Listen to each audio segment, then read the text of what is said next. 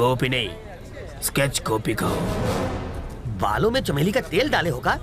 काली की मौत के बाद उसके घर से बोतल उठाई थी। उसकी मौत का भी स्केच तुम्ही ने बनाया था? इसी से कहा तो तुम्हारा भी स्केच बना दूंगा।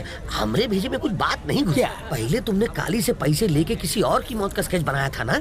पुलिस वाले, मिलिट्री वाले और स्केच बनाने वाले का ना कोई दोस्त है ना दुश्मन।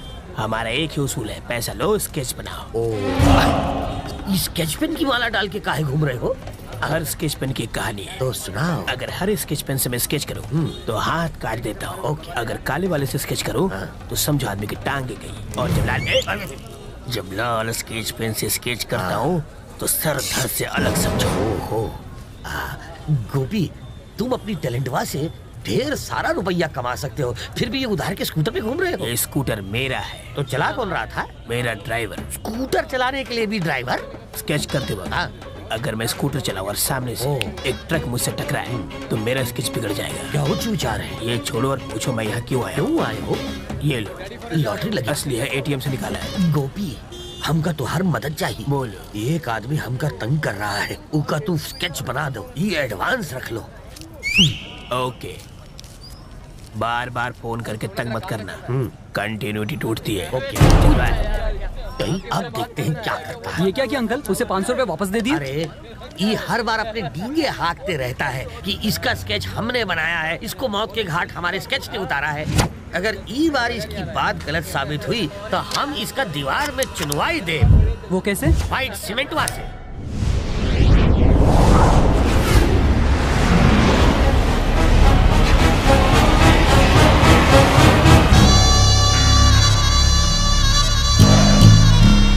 तो शंकर, तुम्हें क्या लगता है कि अपने भाई की मौत के बाद तुम बहुत बड़े डॉन बन गए हो? सुनने में ये आया है कि विजय कृष्णा ने कातिलों को ढूंढकर सबके सामने मारने की कसम खाई है। अगर उसे पता चल गया कि तुमने अपने भाई को मरवाया है, तुम बचोगे नहीं।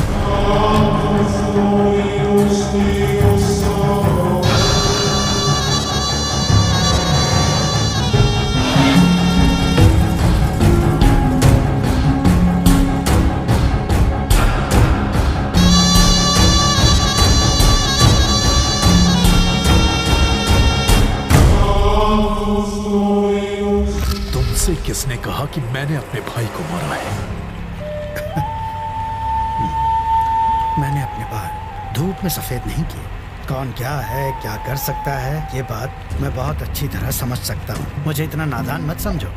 खैर, ये सब जाने दो शंकर, बस मेरी बात को ध्यान से सुनो। इस शहर में विजय कृष्णा का नेटवर्क बहुत ही कमाल का है।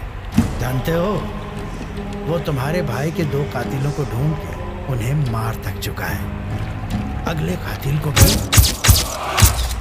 वो बहुत जल्दी ढूंढ लेगा। अगर उसने उसकी आंखों में आंखें डालकर पूछा कि काली को किसने मरवाया है और उसने बता दिया कि तुम उसकी मौत के लिए जिम्मेदार हो, तो ये विजय कृष्णा दंदनाता हुआ तुम्हारे घर में घुस के बिना किसी सवाल जवाब के तुम्हें मौत के घाट उतार देगा। उसे रोकने का कोई तरीका? देखो बेटा शंकर, तुमने जितने पटाखे फोड़े हैं, मैंने उससे कहीं ज्यादा दिवालियां मनाई हैं। अगर तुम चाहते हो कि विजय कृष्णा के हाथ तुम्हारे गले से दूर रहें, तुम्हें खुद को उसकी पहुंच से काफी ऊपर उठाना होगा। और ये करने का सिर्फ एक ही तरीका है, राजनीति। मुझे पॉलिटिक्स का कोई शौक नहीं। जिंदा रहने का तो है। आओ, बैठो। शंकर, सबसे पहले तुम्हें वर्कर्स और स्टूडेंट यूनियंस के साथ एक मीटिंग करनी होगी। उन्हें भरोसा दिलाना है कि उन्हें तुम्हारे साथ की बहुत जरूरत है। उन्हें धमका के नहीं, बल्कि दिल जीत के अपनी तरफ करो। तुम खुद उन सब की ताकत बनो। और अब बताता हूं आगे का प्लान। धर्म के नाम पर प्रांत को ढाल बना के हम जनता को उकसाएंगे, और इसके लिए हमें शहर की 25-30 बसों को तोड़ना होगा कम से कम 100 दुकानों में आग लगानी होगी। इससे शहर में दंगे शुरू हो जाएंगे और फिर तुम्हें सारी जनता का प्रतिनिधि बनकर अकेले इस सब के खिलाफ आवाज उठानी होगी। इससे दूसरे दलों और मेरी पार्टी ऑफिस में खलबली मच जाएगी और फिर बैठे बिठाए तुम्हारे हाथों में ताकत आ जाएगी। इस तरह होगी इसकी पॉलिटिक्स में ग्रैंड एंट्री। क्या कहते हो वकील? पियो पियो, तुम्हारी नई जिंदगी की शुरुआत के नाम। बात करके देखता हूं। आप सब जानते हैं, जब भैया जिंदा थे तो वो आप सबका ख्याल बिल्कुल अपने परिवार की तरह रखते थे। विजय कृष्णा ने उन्हें अपने भाई की शादी में बुलवाकर मरवाया और हम सबको अनाथ बना दिया। लेकिन घबराओ मत, अब मैं आप सबका ख्याल रखूंगा, आपके बारे में सोचूंगा, और अगर मुझे आपकी यूनियंस का साथ मिला तो पॉलिटिक्स में भी कूद पड़ूंगा। अगर आपने मुझे जिताया तो मैं वादा करता हूं कि मैं आपकी यूनियंस के लिए लड़ूंगा, आपकी यूनियंस को बहुत ताकतवर बना दूंगा। भैया के जाने के बाद हम सब बिखरे नहीं हैं, हम सब एक हैं, एक। मेरी बात सुनो शंकर, मुझे नहीं पता तुम दोनों के बीच क्या झगड़ा चल रहा है, पर इतना जरूर जानता हूं कि अगर हमें कोई परेशानी होती तो हम काली भाई के पास जाते। वक्त होता तो भाई खुद आते, वरना विजय कृष्णा को मदद के लिए भेजा करते थे। अब वो नहीं रहे तो तुम पॉलिटिक्स की बात कर रहे हो। हर जगह ये अफवाह है कि विजय कृष्ण ने काली भाई का खून करवाया है। जब तक हमें सच का पता नहीं चलता, आप हमें अपने तरीके से काम करने दीजिए शंकर जी। आपने अपना प्लान हमें बता दिया, हम जाकर अपने साथियों से इसके बारे में बात करेंगे। सबका जो फैसला होगा आपको बता दिया जाएगा। अब हम चलते हैं।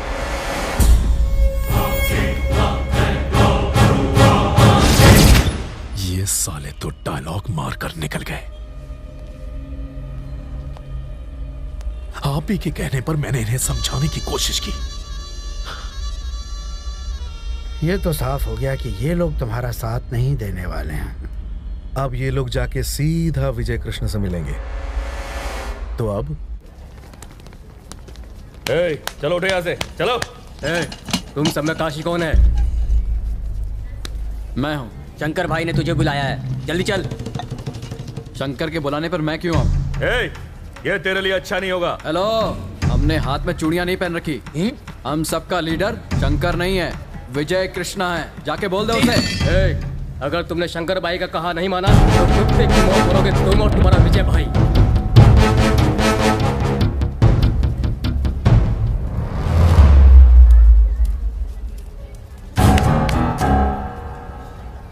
यहाँ से निकल जाओ वरना छोड़ूंगा नहीं। शिवा, हम सब एक गैंग में थे, अब नहीं। हम लोग इस शहर में तुम्हारे टुच्चे भाई का राज नहीं चलने देंगे। मैंने कहा यहाँ से चुपचाप चले जाओ। भाई के मामले में टांग मत अड़ा, नहीं तो हम तुझे भी नहीं छोड़ेंगे। चल जा। बुजुर्गों ने ठीक कहा है, लातों के भूत बातों से नहीं बनते।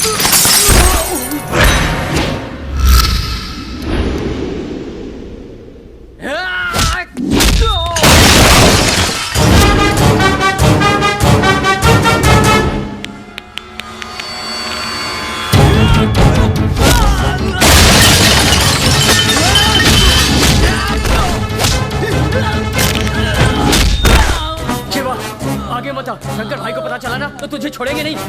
मैं किसी के बाप से नहीं डरता।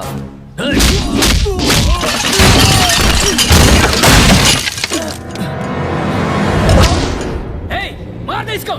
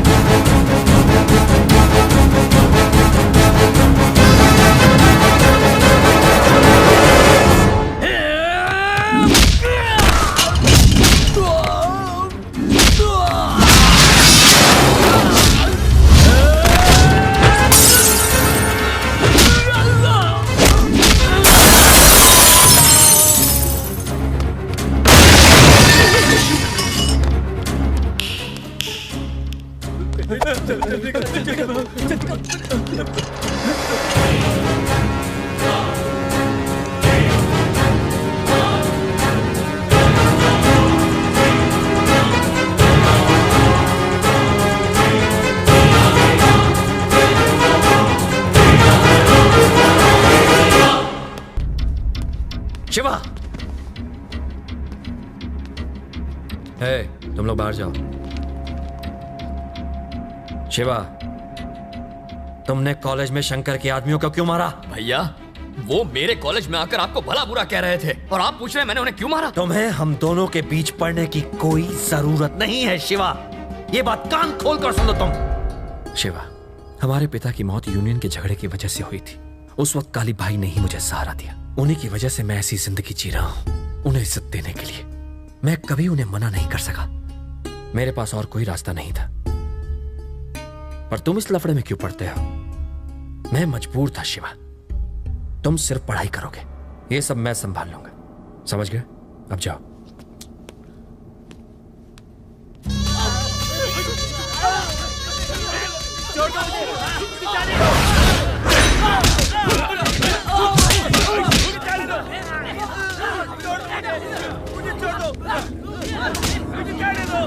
मैंने कहा था ये तुम्हारा साथ नहीं देंगे। अब तुम मार मार के उनकी खाल उधेड़ने में लगे हो। ये लोग अपनी जान दे देंगे पर तुम्हारा साथ हरगिज नहीं देंगे। मेरी बात मान लो।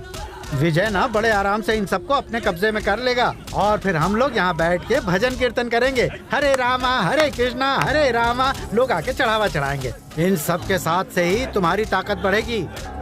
तुमसे तो बात करना दीवार से सर मारने जैसा है। ना कुछ बोलते हो ना कुछ करते हो। अरे सोचो, कुछ सोचो।